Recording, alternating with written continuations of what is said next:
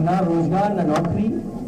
Defence corridor बनाने की बात कही, डिफेंस कॉरिडोर पता नहीं कहां बन रहा है। और फिर हमने कई मौकों पर फार्मूला बताया कि 60 लाख बच्चों का भविष्य अंधकार में डाल दिया सरकार ने।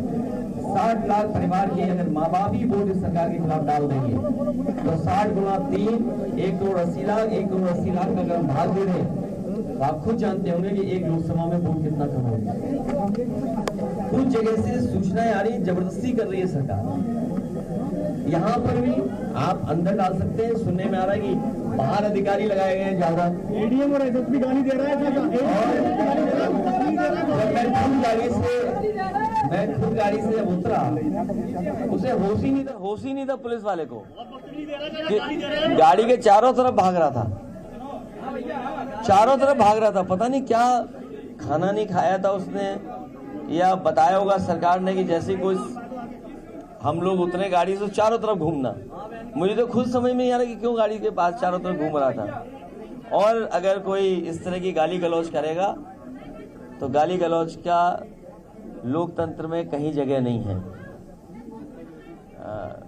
हम लोग वोट डालने वाले लोग हैं और जीतने वाला कभी गुस्से में नहीं आता है, हारने वाला खिसियाता है।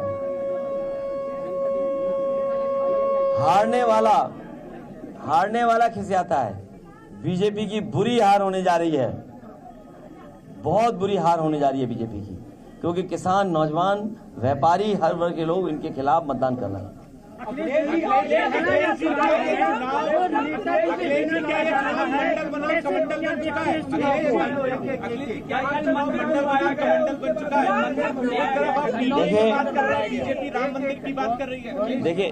देखिए आप लोग बीजेपी की चतुराई से सावधान रहें और कभी कभी हमें भी आपकी चतुराई से सावधान रहना पड़ता है। जो गलत है वो गलत है, जो गलत है वो गलत है। और आपने विजुअल्स देखे हैं, जो गलत है वो गलत है। समाज में जो बात गलत है वो गलत है। ये सब कुछ इसलिए हो रहा है कि लोगों को डिस्ट्रैक्ट कर दें। बीजेपी की चतुराई देखिए ना आप, ये चतुराई वाला काम था जो आप सवाल पूछ रहे। लेकिन आप बताइए, डीजल पेट्रोल महंगा हो गया, मुनाफा कौन कमा रहा है? आपकी जरूरत की चीज महंगी हो गई, मुनाफा कौन कमा रहा है?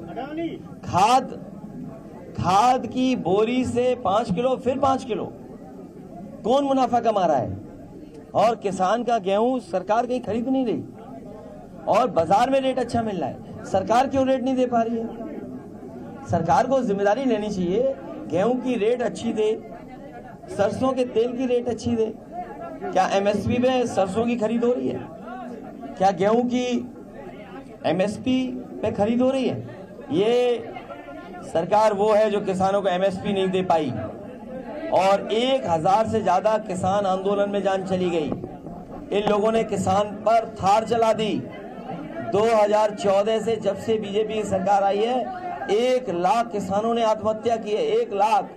और ये जो खाकी वर्दी वाले घूम भी रहे हैं, सुन लीजिए, ये खाकी वर्दी वाले, अभी तो फौज की नौकरी हुई है 4 साल की, 4 साल की फौज की नौकरी हुई है।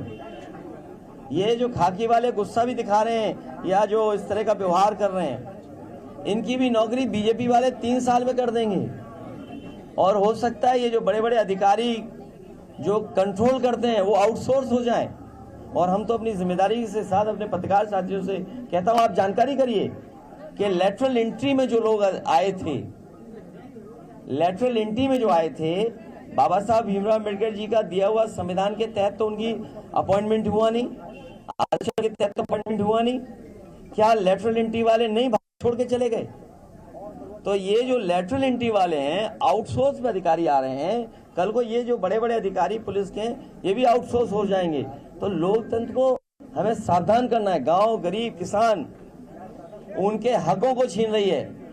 हमें क्या दिन पड़ा है, पूरा दिन भर वोटिंग होगी, अभी तो शाम तक वोटिंग होनी है। ए घबरा मत।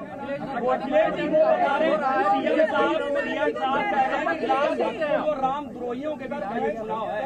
ये संविधान मंथन होने जा रहा है। Z News।